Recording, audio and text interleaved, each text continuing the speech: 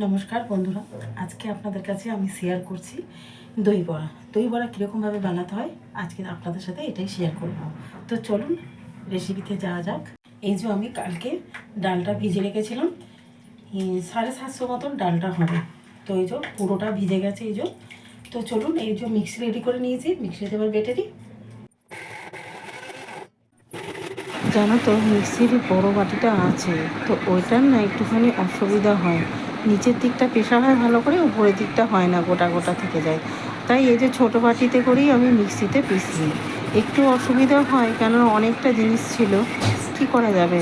তো চলো দেখো আমার বাটাও হয়ে গেছে। এর ওপরে একটু নুন দিয়ে দিলাম আর একটু গোটা জিরে দেবো, দিয়ে ভালো করে এটাকে মিক্স করে নেব। একটুখানি ফাটবো অনেকক্ষণ ধরে। তো দেখো আমার ফাটাও হয়ে গেছে।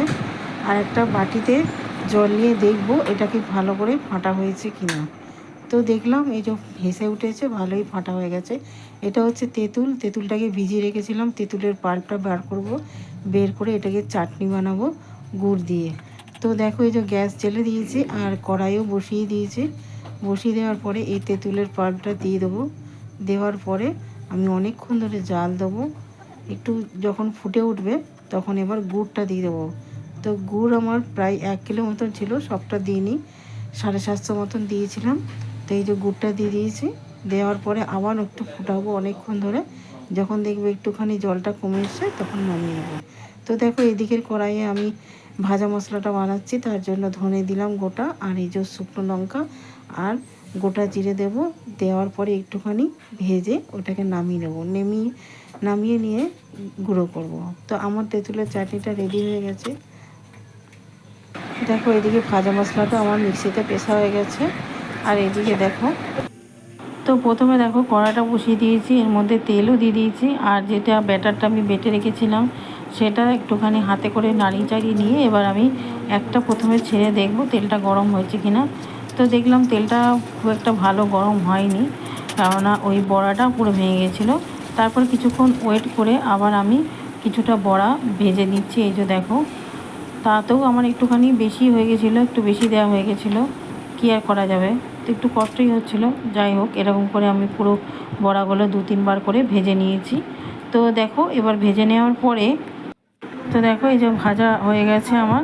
আর এদিকে যে ভাজা মশলাটা করে রেখেছিলাম একটু বেশি করেই করে রাখলাম, এটা তো লাগে সব সময়ের জন্য, তো ওই জন্য স্টোর করে রেখে দিলাম। আর এদিকে দেখো ঘরে দই পেতেছিলাম, এই যে 2 হাতা দই এই মিক্সির বাটিটাই নিয়ে ভালো করে মিক্সড করে নেবো, যেন একটুখানি পাতলা মতো হয়। কেননা না হলে দই বড়াটা না পুরো দানা দানা হয়ে থাকে, দেখতে ভালো লাগে না, খেতেও খুব একটা ভালো লাগে না। তাই একটু মিক্সিতে আমি ঘুরিয়ে নিলাম। তো দেখো এই যে ঘোরানো হয়ে গেছে। এবার নেওয়ার পরে আমি এই যে বড়াগুলোর মধ্যে ঢেলে দেবো।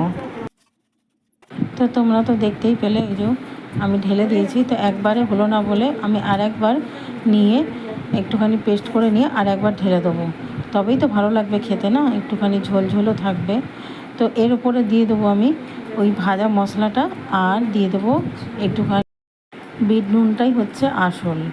তো এই যে বিট নুনও দিয়ে দিলাম আর মশলাটাও দিয়ে দিয়েছি। এবার দেওয়ার পরে আমি রেখে দিয়েছিলাম ফ্রিজে। তো দেখো ফ্রিজ থেকে বার করেও নিয়ে চলে এসেছি, কেননা ভিডিওটা অনেকটা বড় হয়ে যাবে, তাই জন্য সবটা আর ক্যাপচার করতে পারিনি। তো এখন তোমাদের দাদাভাই আর আমার বাবুকে খেতে দেবো, ওদেরকে দিয়ে টেস্ট করাবো কেমন হয়েছে। দই বড়া তো একটু ঠান্ডা ঠান্ডাই ভালো লাগে না খেতে। তো এই যে ধনেপাতার চাটনি দিয়ে দিয়েছি আর একটুখানি তেঁতুলের চাটনি দিয়ে দিয়েছি। তো দেখো এই যে তোমাদের দাদাভাইকে দিচ্ছি আর বাবুকে দিচ্ছি, ওরা কি বলছে একবার দেখো, তোমরা একটু শোনো।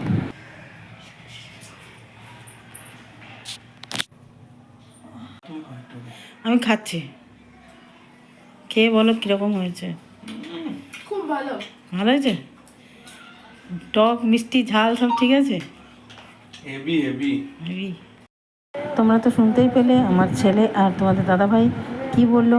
আর হ্যাঁ, ভিডিওটা ভালো লাগলে অবশ্যই ফলো এবং সাবস্ক্রাইব করে দিও। চলো টাটা, ততক্ষণ সবাই ভালো থেকো, পরের ভিডিওতে দেখা হচ্ছে। আর কেমন লাগলো অবশ্যই কিন্তু কমেন্ট করে জানিও। টাটা।